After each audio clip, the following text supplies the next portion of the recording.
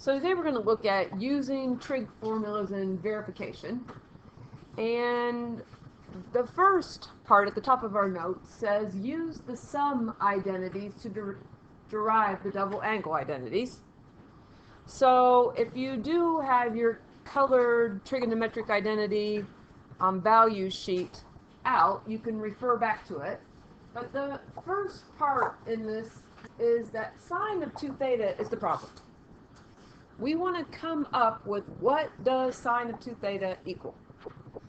So in our next step that I have typed in for us already, it says use the sum identity. So what we're asking ourselves is, how do we write 2 theta with something added together? And as we can see in the second step here, or the first step actually, because sine of 2 theta is the problem, so here's our first step. We broke apart 2 theta into theta plus theta, because theta plus theta is 2 theta. Well, that's when we might look at our trigonometric identity paper, and what we see in there as the basics there, I want to write color, is that this would be sine of A times cosine of B plus cosine of A times sine of B if we had had sine of A plus B.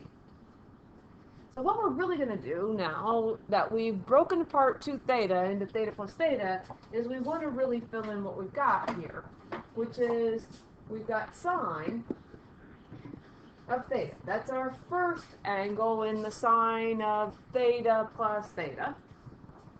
And then it's going to be cosine, but we're going to write it correctly, cosine of theta. And that theta in particular is coming from the second theta. Here's the A and there's the B. Over here in our next part of our identity, then it's going to be cosine of A, so it's going to be cosine of the first value in our parentheses, which is theta, and then it's going to be sine of theta, which is coming from our second value. So we took these values, the theta, the first theta being A, the second theta being B, and we filled them in.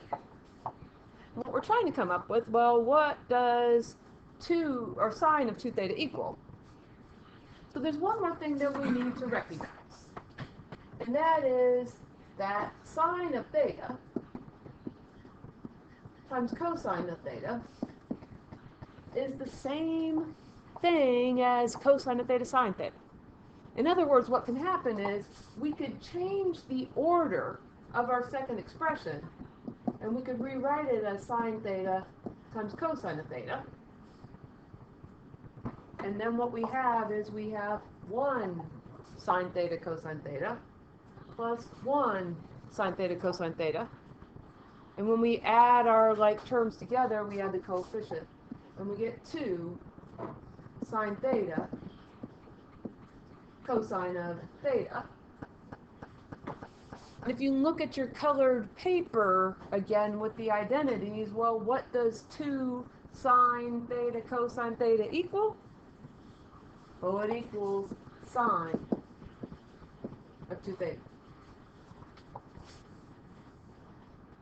Coming full circle, so to speak.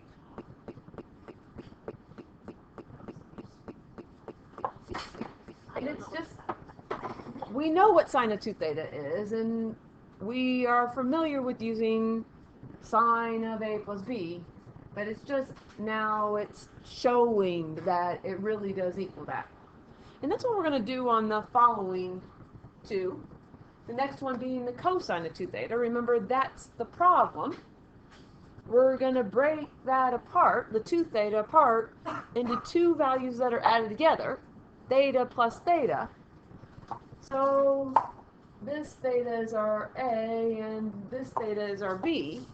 And if we look back at our colored sheet, we see that this would be cosine of A times cosine of B minus sine of A times sine of B. But instead of the A's and the B's, we're going to fill in our thetas for these problems. So in this particular case, cosine of A is going to be theta.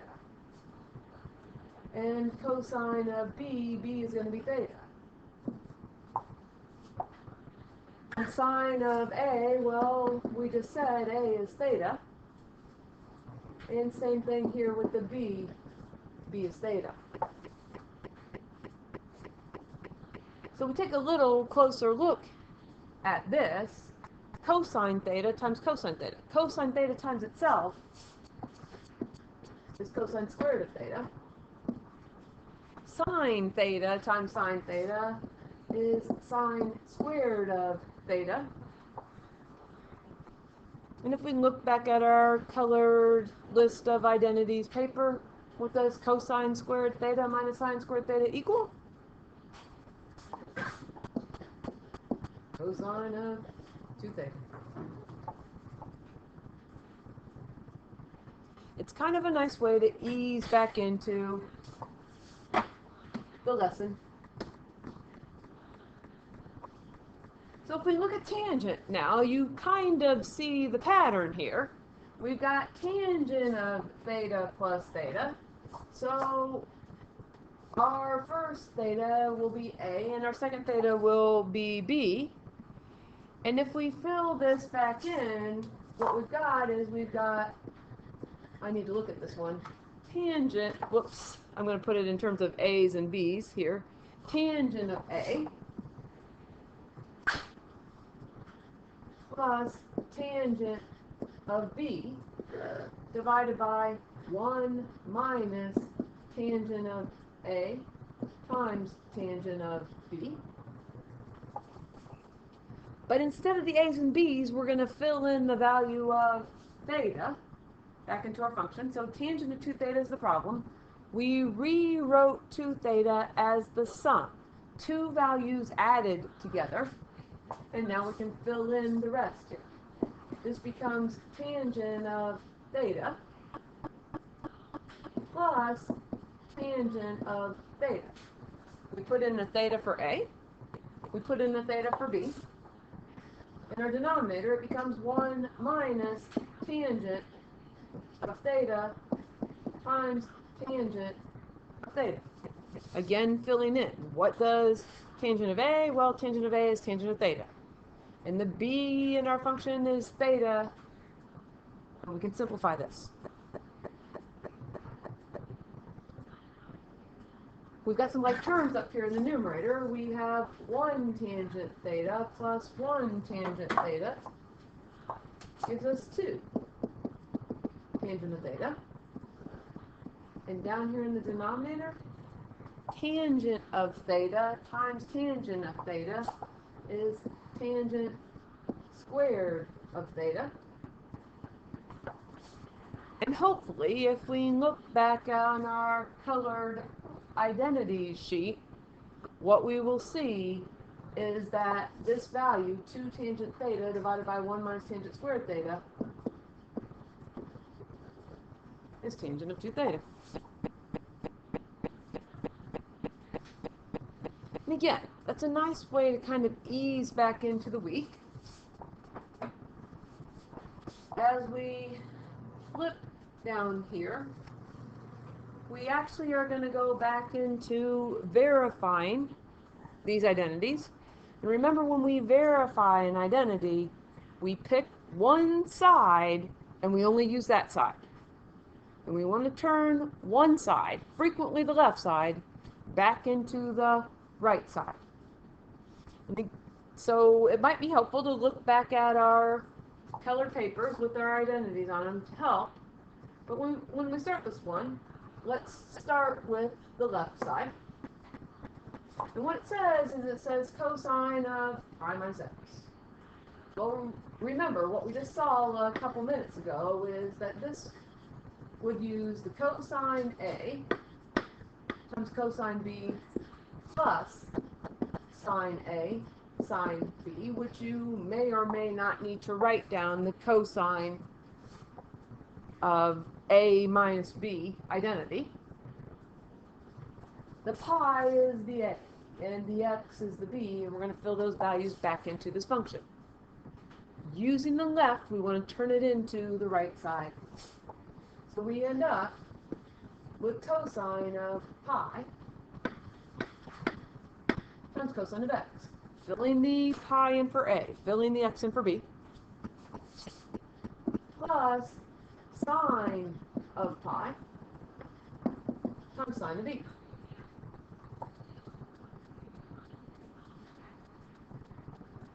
Or is it sine of x? Sorry? And it should be sine of x. But the difference on this problem compared to some of the others that we've done is we can figure out some of the values. We don't know all of them, but we can figure out what does cosine of pi equal? It equals -1. So let's fill in that value. Instead of cosine pi, let's write -1.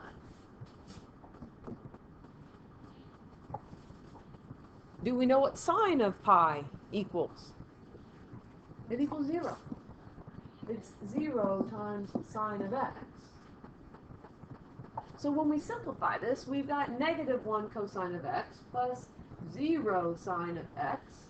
Well, that leaves us with negative cosine of x. And what's on the right side of our equation? A negative cosine of x.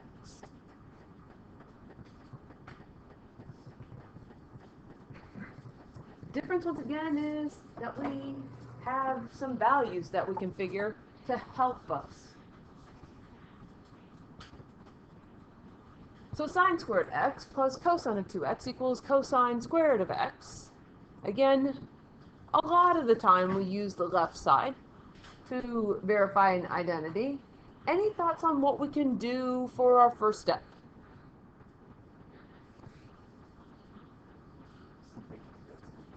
Something with cosine. Like, Blake, what do you think? Let's replace it. Cosine of 2x, when we look at our colored sheet here, is cosine squared x minus sine squared x.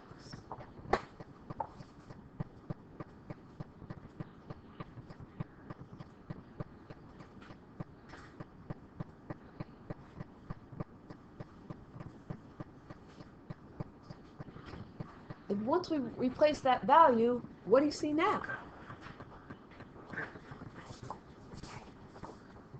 There's a positive sine squared x and there's a negative sine squared x. They cancel out, and we're left with cosine squared x. And look what we have on the other side. We have cosine squared of x.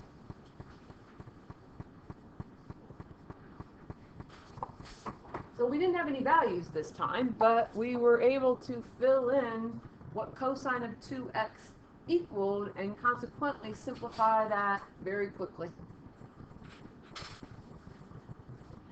So as we flip our paper over and look at number 3, this time we are given a value again. We've got this pi over 4. And here we'll say that the pi over 4 is the A and the theta is the B, if you like that. But as we look back at our colored paper to determine these identities, when we look for our tangent, what we've got is we've got the tangent of pi over 4. By the way, I am using the left side of this problem to turn it into the right side. Tangent of pi over 4 minus tangent of theta divided by 1 plus.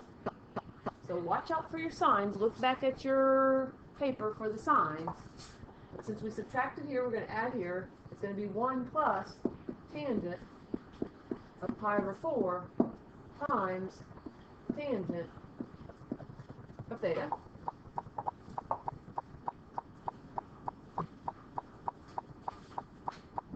Abby? On the numerator, the plus is above minus.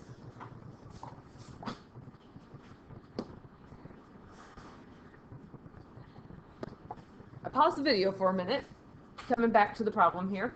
We've got tangent of pi over 4 minus tangent of theta divided by 1 plus tangent of pi over 4 times tangent of theta. What does tangent of pi over 4 equal?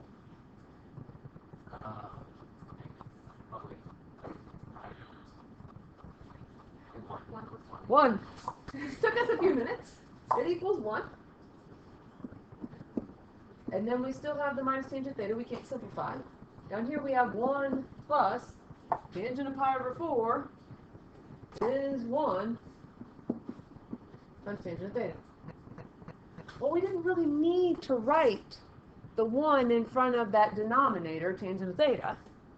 This really simply is, and not necessarily simply, but it really is 1 minus tangent of theta divided by 1 plus tangent of theta. And if we look back at our problem, it ended up that when we filled in the value of tangent of pi over 4, we were able to match up with the right side of the equation.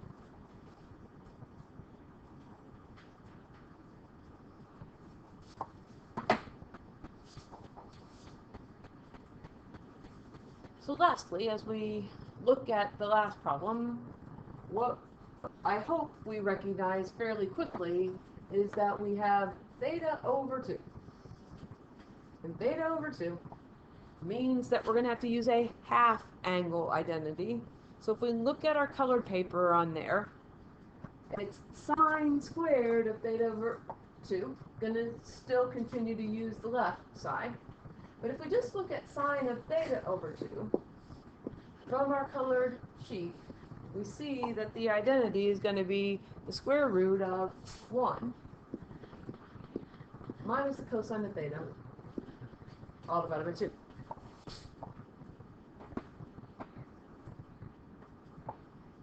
But it's not just sine of theta over 2. It's sine squared. So we're going to have to square that value. And when we square, what's going to happen is that square rooting and squaring our inverse operations, we can get rid of the square root symbol. But what are we going to do with that plus or minus? It's going to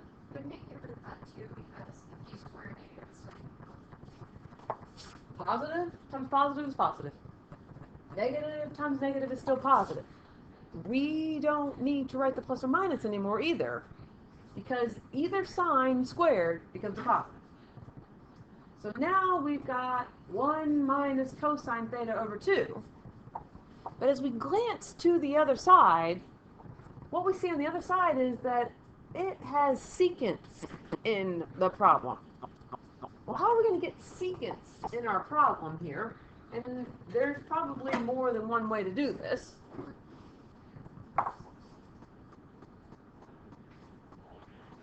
Gracie, say one more time. Flip some stuff. And I'm thinking of a different way than what I did this morning. But I said, well, I need secants in the problem, so what if we just multiply the top of the fraction by secant of theta and the bottom of the fraction by secant of theta? So we're multiplying by a fancy form of 1. We're not going to change anything. And when we do that, we're going to end up distributing the secant theta. So it's going to be secant theta times 1, which is secant theta. Secant theta times cosine theta. Secant theta times cosine theta. So we multiplied the top of the fraction together, the numerators. We're also going to multiply the bottom. Well, it's secant theta times 2, which is 2 secant theta. And the good news is, as we look back to the other side, the right side of our equation, 2 secant theta is what we have in the denominator. So we've got one more thing that we need to deal with. And the thing is, what's secant times cosine? And it is 1. And secant is the same thing as 1 over cosine theta times cosine of theta over 1. And then divide by 2 secant of theta. And what happens is that the cosines cancel out. That's where the 1 came from. Secant and cosine are reciprocal functions. But the nice part then is that we end up with secant theta minus 1 divided by 2 secant theta. And as we compare to the right side of our equation, it says secant theta minus 1 divided by 2 secant theta. Where'd you get the secant over secant? It's a fancy form of 1.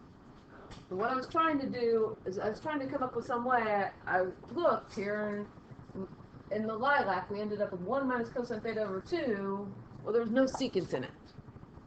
And then I compared it over to the right side of the equation. I saw secants in it. So we had to put the secant in there somehow.